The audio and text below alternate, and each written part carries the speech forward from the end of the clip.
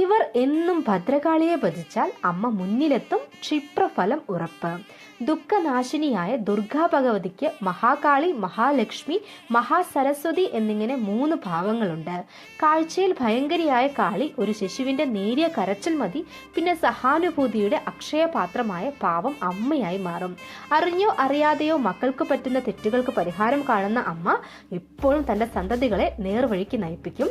കുടുംബദേവതയായി കാളിയെ പൂജിക്കുന്നവർ ഇടവം, കർക്കിടകം, കന്നി, വൃശ്ചികം, മകരം, മീനം രാശിക്കാരാണ്.